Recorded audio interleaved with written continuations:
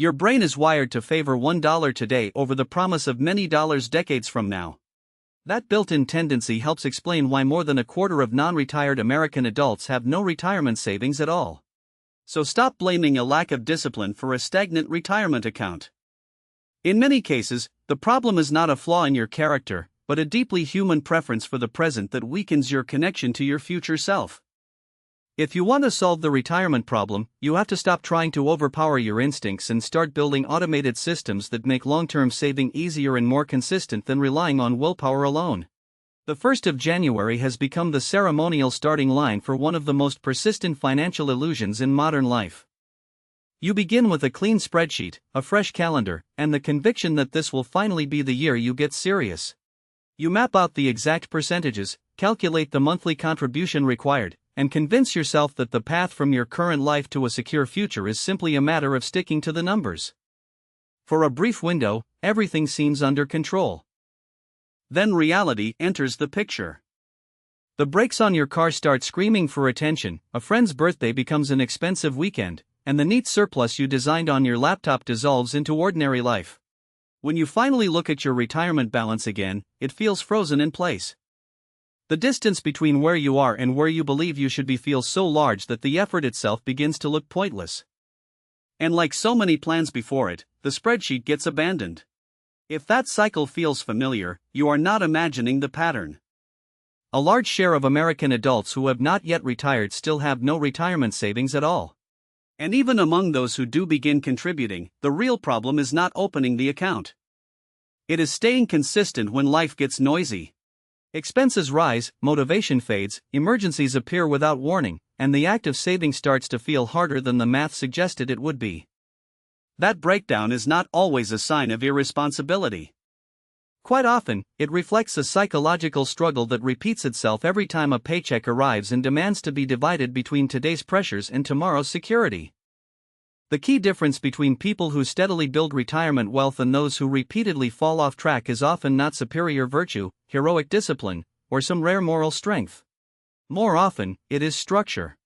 People who succeed tend to stop depending on motivation and start depending on systems. To understand why that matters so much, you have to recognize that your brain was not designed for retirement accounts, payroll deductions, and 40-year planning horizons.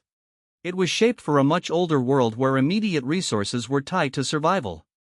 In that environment, prioritizing the present was adaptive.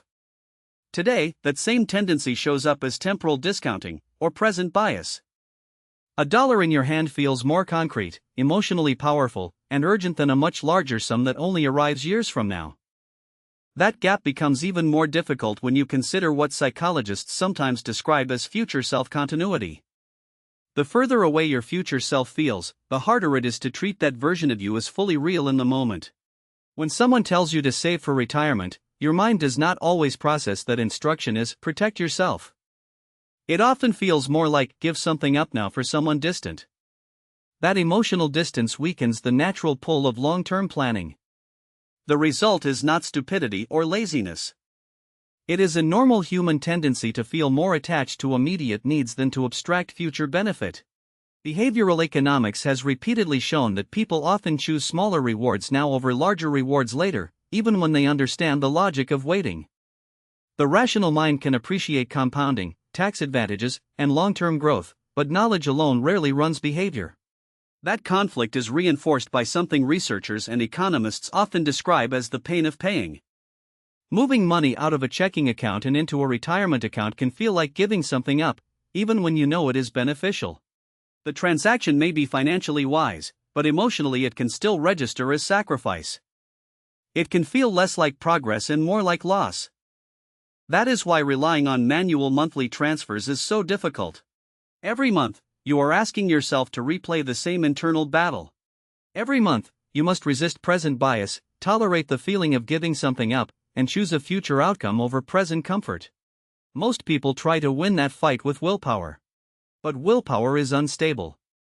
It weakens under stress, fatigue, distraction, and decision overload. It sounds powerful in theory, but in real life it can become unreliable fast. So if you keep failing to save consistently, that does not automatically mean you are weak. It may simply mean you are using the wrong tool for the job. This is why systems tend to outperform motivation. People who succeed at retirement saving do not usually recommit to the decision every single month. They make the decision once, and then they build a structure that carries it forward automatically. Imagine two people, Sarah and Marcus. Same age, 28. Same salary, $55,000. Same goal of saving 15% of their income. Same understanding of compound interest. Same New Year optimism. On paper, they begin in exactly the same place. But they do not build the same process, and that difference changes everything. Sarah relies on intention. She sets a reminder on her phone to manually transfer $687.50 at the beginning of every month. For a while, it works. She follows through for the first few months and feels proud of herself. Then life starts making claims on her cash. A wedding invitation requires flights, a hotel, and a gift. A forgotten insurance bill arrives at exactly the wrong time. A series of ordinary expenses turns a simple reminder into a source of pressure.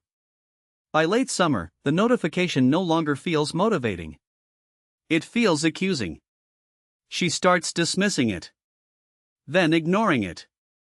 Eventually the transfer stops, and by the end of the year she removes the reminder altogether, telling herself she will restart next January. Marcus takes a different route. He sets up automatic payroll deduction from the beginning. 15% of every paycheck is redirected before it ever lands in his checking account. That means he never sees the money as spendable cash. He never has to compare retirement saving with a trip, a repair bill, or a moment of financial stress. He faces the same life events Sarah does, but the retirement contribution is no longer part of a monthly debate. Because the money never settles in his checking account, it does not feel like something he had and then lost. That distinction matters. People tend to become more attached to what they already possess, which is why moving money out after you see it can feel painful. Money that never appears as available spending power creates far less emotional resistance. After a few years, the difference between Sarah and Marcus is no longer theoretical. Marcus has a record of steady contributions because his system kept working when life became inconvenient. Sarah has good intentions, interrupted by gaps, restarts, and emotionally expensive decisions. Their knowledge is the same. Their income is the same. Their goals are the same. What separates them is not character. It is architecture. Marcus also does not stop with one helpful habit. He builds several layers that make it easier to stay on track. One of the most effective is auto-escalation. Each year, his contribution rate increases by 1% around the time he receives a raise. This works because people are often more willing to commit future income than to cut present spending. If a contribution increase arrives alongside a raise, it feels less like losing money and more like allocating part of new income before it becomes part of your lifestyle. Over a few years, Marcus moves from 15% to 18% without feeling like his take-home pay has been slashed. The system quietly captures part of his progress before he has time to adapt his spending around it.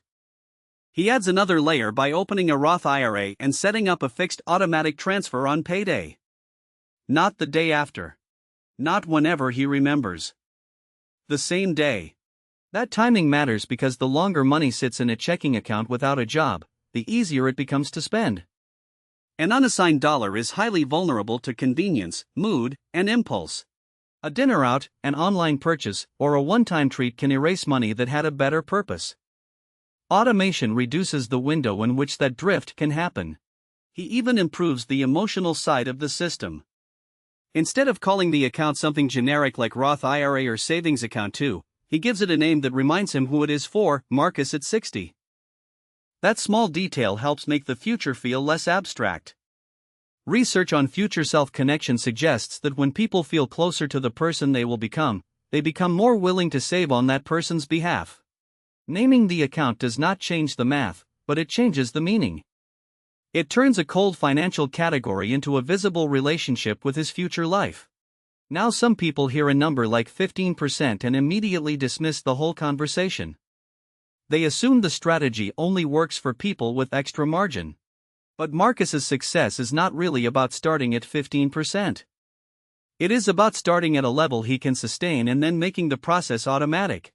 That is an important distinction. A smaller contribution you can maintain is far more powerful than an ambitious target you abandon after a few difficult months. Whether you begin at 5%, 3%, or some other realistic number, the critical thing is not perfection. It is continuity. The purpose is to build a machine that keeps functioning even when your mood, schedule, and expenses become unpredictable. This is where identity begins to shift. When you save regularly, even in modest amounts, you stop seeing yourself as someone who merely wants to become financially responsible. You begin to see yourself as someone who already practices saving. That matters because identity changes behavior.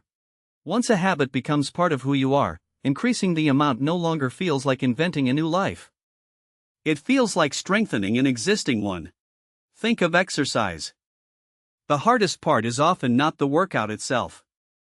It is becoming the kind of person who works out consistently. Once that identity takes hold, the daily debate becomes quieter. You do not need to persuade yourself from scratch every time. You simply act in alignment with who you believe you are. Money works the same way.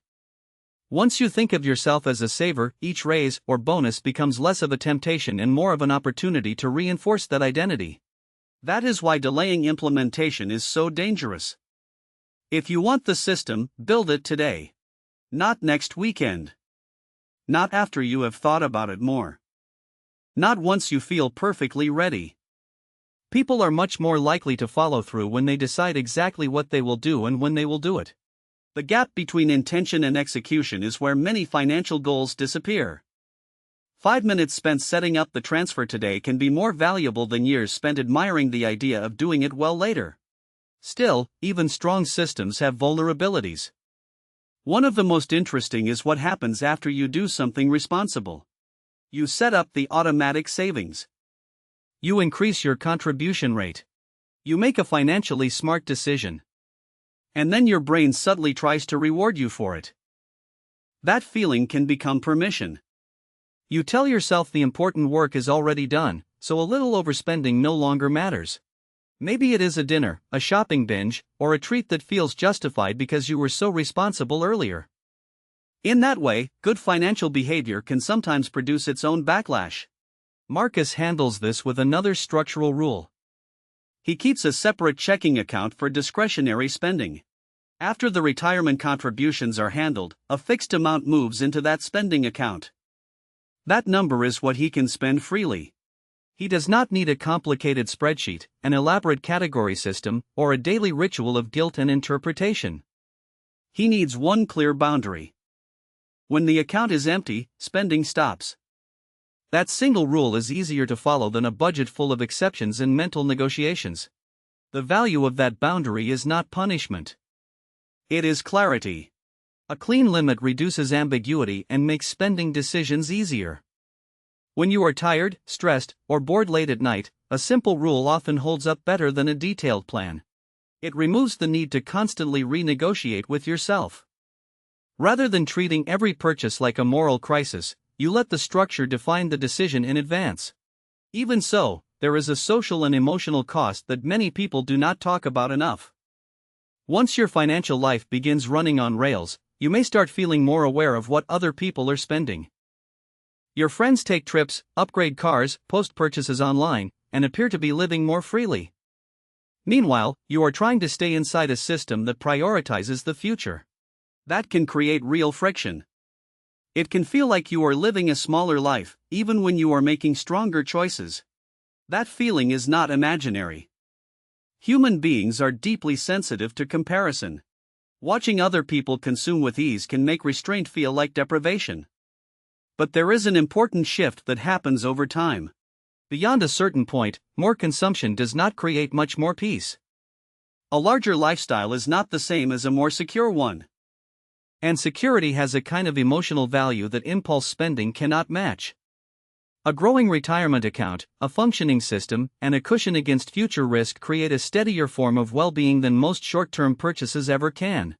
That is why the real reward is not looking rich. It is becoming more free. Free from the anxiety of having no backup plan. Free from the quiet panic that one crisis could undo everything. Free from the need to make perfect choices every month because your system is carrying part of the burden for you. This kind of freedom is not flashy, and it does not make for exciting social media posts. But it changes how life feels from the inside. Over a 10-year stretch, that difference compounds in both money and emotion. Marcus does not need to become a new person every January. He does not need dramatic bursts of motivation or constant financial guilt. His account grows in the background while he lives his life.